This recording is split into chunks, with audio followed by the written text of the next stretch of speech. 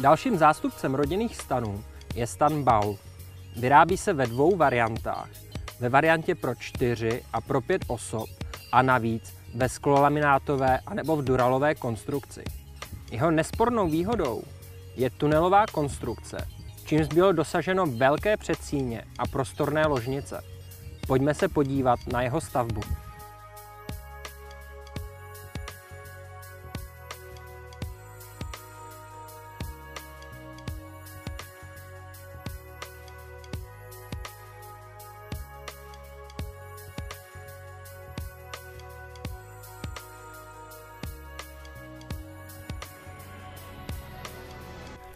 Jak vidíte, stavba Baul 4 nebo Baul 5 je velmi jednoduchá, a to díky tunelové konstrukci.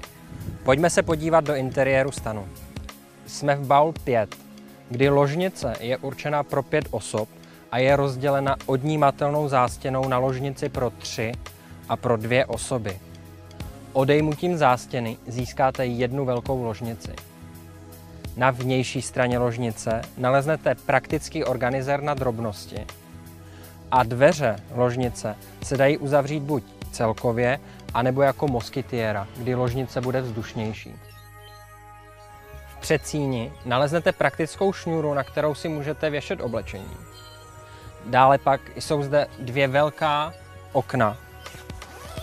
Praktické je jejich i otvírání, kdy zástěnu nemusíte rolovat a jenom ji takhle vložíte mezi tropiko a moskytiéru.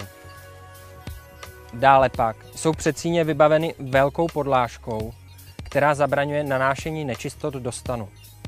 Dveře stanu jsou vybaveny větracím oknem, aby i v případě deště jste mohli stan odvětrávat. Okýnko naleznete ve vrchní části dveří a střížka, která je z vnější strany, zabraňuje, aby i v případě větru do stanu natékalo. Přes den, když nepotřebujete ložnici a potřebujete jenom velký přístřešek proti slunci, můžete stan zvětšit jednoduchým vypnutím ložnice. Ložnice je ukotvená na olívkách, které jednoduše vypnete.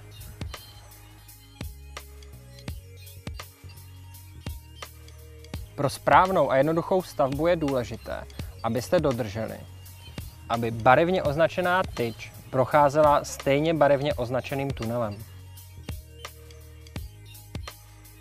Pro zvýšení stability stanu ve větru doporučujeme vypnout všechny vypínací šňůry. Samozřejmostí je podlepení všech švů. Takže, pokud na svých cestách, ať již s rodinou nebo přáteli, hledáte soukromí, a to opravdu velké soukromí, doporučuji vám Baul 4 anebo Baul 5. Tyto dva stany díky své tunelové konstrukci nabízejí opravdu královský prostor.